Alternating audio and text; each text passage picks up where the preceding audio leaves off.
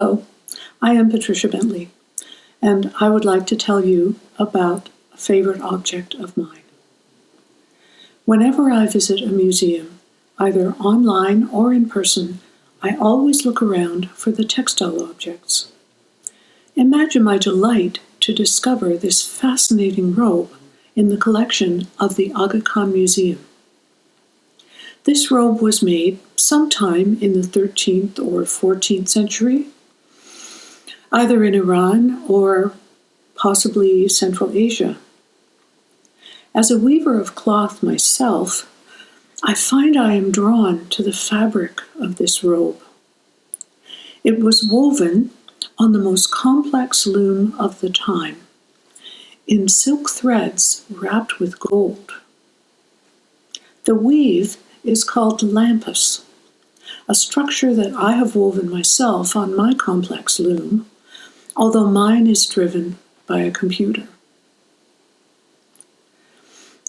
A textile object like this takes me into deep time.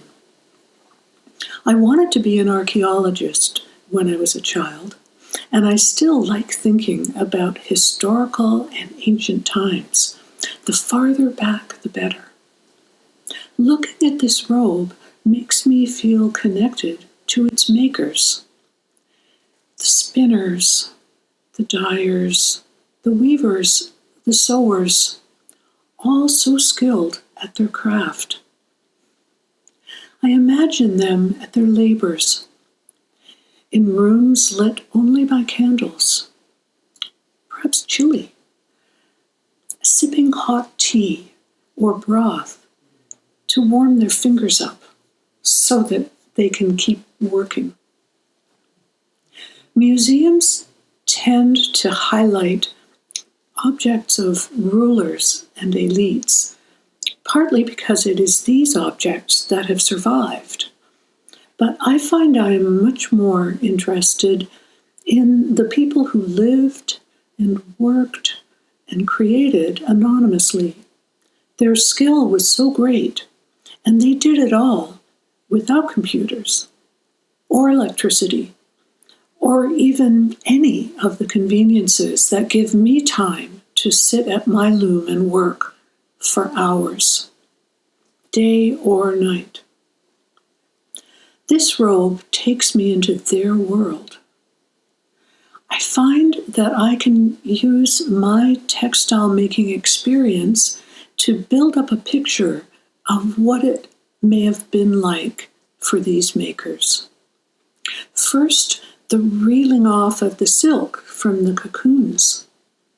Then the wrapping of the thread with the gold, which had been laminated onto a very, very fine layer of paper, perhaps with silver in between.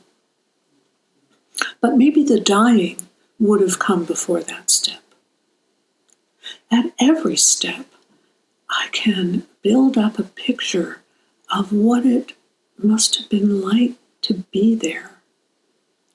The pungent smell of the dye pot, with the steam rising in the cold morning, the dyers leaning over their pots, carefully calculating how much silk to put in, how much dye to put in, and also maybe thinking about their lunch and how good that was going to taste.